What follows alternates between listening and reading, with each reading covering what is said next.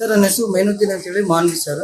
2017ರಲ್ಲಿ ಸುರೇಶ್ ಅವರು ನಮಗೆ ಬಸವರಾಜ್ ಮುಖಾಂತರ ಪರಿಚಯ ಆದರು.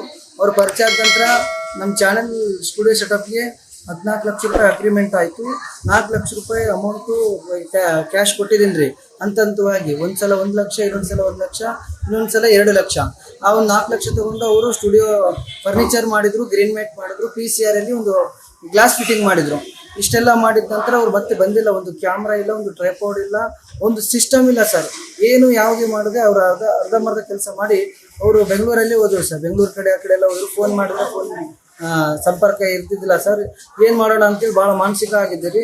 ಅದಾದ ನಂತರ ನನ್ನ ಫ್ರೆಂಡು ಬೆಂಗಳೂರಲ್ಲಿ ಪೊಲೀಸ್ ಇದ್ದಾರೆ, ಅವ್ರಿಗೆ ನನ್ನ ಫೋಟೋಸ್ ಹಾಕಿದ್ದೆ. ಮತ್ತು ಮೀಡಿಯಾದಲ್ಲಿ ಫ್ರೆಂಡ್ಸ್ ವರ್ಕ್ ಮಾಡ್ತಿದ್ರು, ಅವ್ರಿಗೆಲ್ಲರಿಗೂ ಹಾಕಿದ್ದೆ.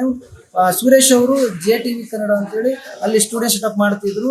ರೆಡ್ ಹ್ಯಾಂಡ್ ಸಿಕ್ಕಿದ್ರು. ಅವ್ರಿಗೆ ಸಂಜೆ ನನಗೆ ಟೈಮ್ ಕೊಟ್ಟರು, 1 ಲಕ್ಷ ಕೊಡ್ತೀನಿ ಸಂಜೆ ಅಂತೇಳಿ 1 ಲಕ್ಷ ರೂಪಾಯಿ ಕೊಟ್ಟರು. ಇನ್ನೊಂದು 15 ದಿನ ನಂತರ 1 ಲಕ್ಷ ರೂಪಾಯಿ ಕೊಟ್ಟರು. ಅದಾದ ನಂತರ ಅವ್ರು ಏನಂದ್ರು, ನನಗೆ ಭಾಳ ಲಾಸ್ ಆಗಿತ್ತು ಸರ್ ಆ ಥರ. ಹಂಗಾಗಿ ಅವ್ರು ಸಮಸ್ಯೆ ಹೇಳ್ಕೊಂಡ್ರು. ಆಯಿತು, ನಾನು ಈಗ ಇಷ್ಟು ಅಮೌಂಟ್ ಎಲ್ಲ ಹಾಕಿದ್ದೀನಲ್ರಿ, ನಾನು ಸ್ವಲ್ಪ ರಿಲೀಫ್ ಆಗ್ಬೇಕಂತೇಳಿ ಸುಮ್ಮನೆ ಆಗಿದ್ದೆ. ಅದಾದ ನಂತರ ಸ್ವಲ್ಪ ದಿನದ ನಂತರ ನಾನು ಸುರೇಶ್ ಅವರಿಗೆ ಸಂಪರ್ಕ ಮಾಡೋಕ್ಕೂ ಹೋದೆ. ಅವ್ರು ಯಾವುದೇ ರೀತಿ ಫೋನ್ ರೆಸ್ಪಾನ್ಸೇ ಆಗಲಿಲ್ಲ. ಮೊನ್ನೆ ಏನು ಮಾಡೋಣ ಅನ್ನೋ ಸವಾಲಾಗಿತ್ತು. ಆದರೂ ಕೂಡ ನಾನು ಎದೆಗುಂದದೆ. ಮತ್ತು ನನ್ನ ಲೋಕಲ್ ಯೂಟ್ಯೂಬ್ ಚಾನಲ್ ಕೂಡ ನಡೆಸಿದ್ದಾರೆ ಕೇಬಲಲ್ಲಿ.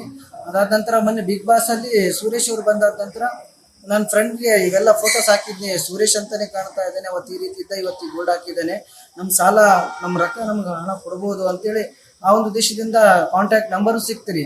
ಬಸವರಾಜ್ ಥ್ರೂನೇ ಮಾತಾಡಿಸಿದ್ರೆ ಬಸವರಾಜ್ ಮಾತಾಡಿದಕ್ಕೆ ಅವ್ರು ಏನು ಹೇಳಿದ್ರು, ಬಸವರಾಜ್ ಅವ್ರಿಗೆ ಅಮೌಂಟ್ ಹಾಕ್ತೀನಿ ಅಂತೇಳಿ ಒಪ್ಕೊಂಡ್ರು.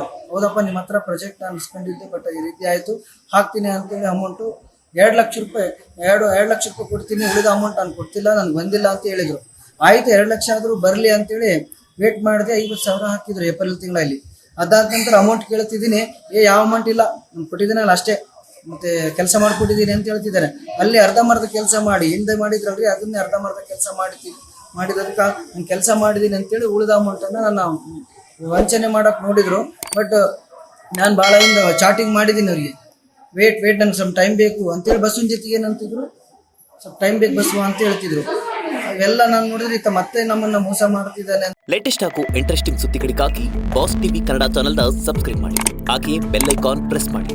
ಇದರ ಜೊತೆಗೆ ಫೇಸ್ಬುಕ್, ಇನ್ಸ್ಟಾಗ್ರಾಮ್, ಎಕ್ಸ್ನಲ್ಲೂ ಮಿಸ್ ಮಾಡದೆ ಫಾಲೋ ಮಾಡಿ.